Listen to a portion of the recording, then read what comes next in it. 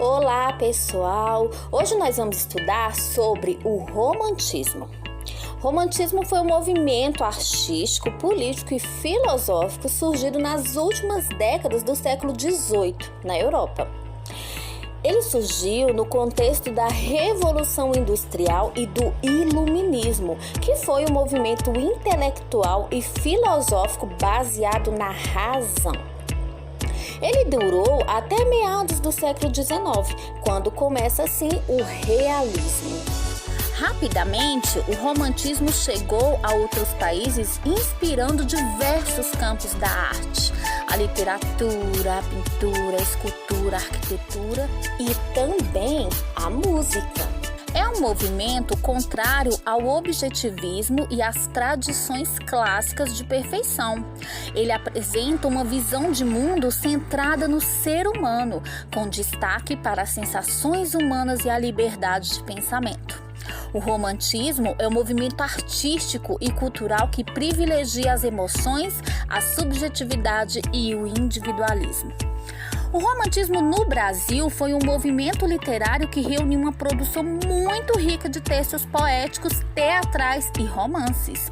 O marco inicial foi a publicação do livro de poemas Suspiros, Poéticas e Saudades, de Gonçalves de Magalhães, em 1836. Aqui no Brasil, ele se caracterizou, num primeiro momento, pela busca da identidade nacional e resgate das tradições da cultura popular e do folclore. Os regionalismos e a realidade social do país são muito explorados pelos autores românticos. Com a independência do Brasil, efetivada em 7 de setembro de 1822, os escritores desse período buscam a autonomia da literatura, priorizando aspectos da cultura brasileira. Isso porque, durante a colonização, o Brasil sofreu forte influência dos modelos europeus, principalmente de Portugal. Nesse momento, os folhetins, com pequenos capítulos de romances publicados nos jornais, começam a se popularizar no país, o que fez surgir um público leitor, tornando a leitura mais acessível. Principais características do romantismo no Brasil. A primeira característica, o rompimento com a tradição clássica, o rompimento da busca pela perfeição e arte erudita. Próxima característica, maior liberdade formal. Era contrário ao formalismo dos movimentos anteriores. O romantismo utiliza versos sem rimas e sem métrica, além de uma linguagem informal e regionalista. A estrutura do texto em prosa possui uma narrativa ampla, longa, refletindo uma sequência de tempo. Próxima, o indianismo. O índio, no romantismo, é eleito como herói nacional, sendo idealizado como ser humano puro e inocente. O nacionalismo e o ufanismo. No romantismo, os valores culturais, históricos e artísticos do Brasil são exaltados pelos escritores que mostram o orgulho da sua nação. Culto à natureza é uma característica associada ao nacionalismo, às belezas naturais do país que são enfatizadas pelos autores de maneira grandiosa. Há uma exaltação da natureza. Amor platônico e idealismo da sociedade, do amor e da realidade, que são comuns nas obras românticas. Idealização da mulher. A mulher, aqui no romantismo, representava a beleza, a pureza, a delicadeza, sendo fonte de inspiração. A mulher, portanto, era a figura mais próxima da divindade. Sentimentalismo exacerbado. Há uma supervalorização das emoções pessoais. Isso mostra que os escritores desse movimento se opõem ao pensamento racional e objetivo. Religiosidade é oposto ao racionalismo, que desconsidera os valores religiosos. No romantismo, há uma preocupação em se apegar aos valores cristãos.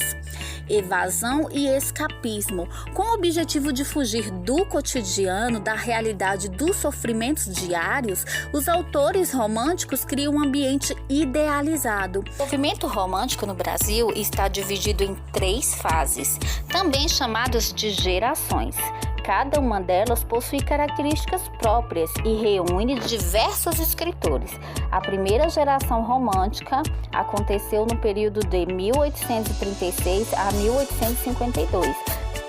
A primeira geração tem as seguintes características: é nacionalista, indianista e religiosa. Os principais escritores da primeira fase do romantismo foram Gonçalves Dias, Gonçalves de Magalhães e José de Alencar.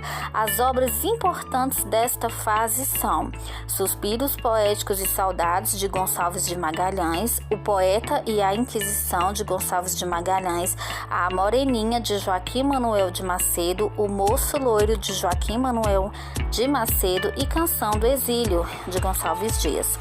A segunda geração romântica ocorreu no período entre 1853 a 1869.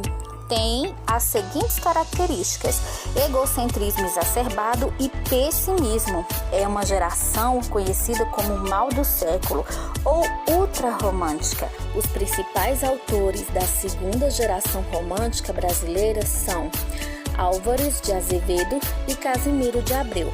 A terceira geração romântica no Brasil é o período que corresponde de 1870 a 1880, conhecida como geração condoreira, uma vez que esteve marcada pela liberdade e uma visão mais ampla, características da ave que habita a Cordilheira dos Andes, o condor.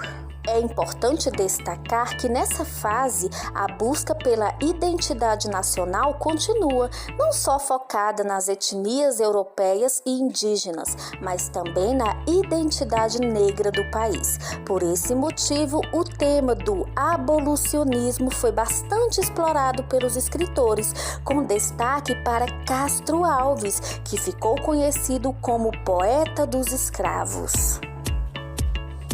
A terceira geração romântica tem como principais características o erotismo, o pecado, a liberdade, a realidade social e a negação do amor platônico.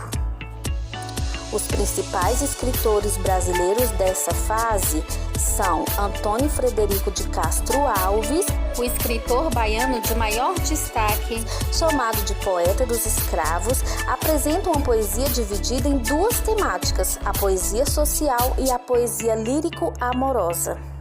Dentre suas obras, podemos destacar O Navio Negreiro, A Cachoeira de Paulo Afonso e Os Escravos.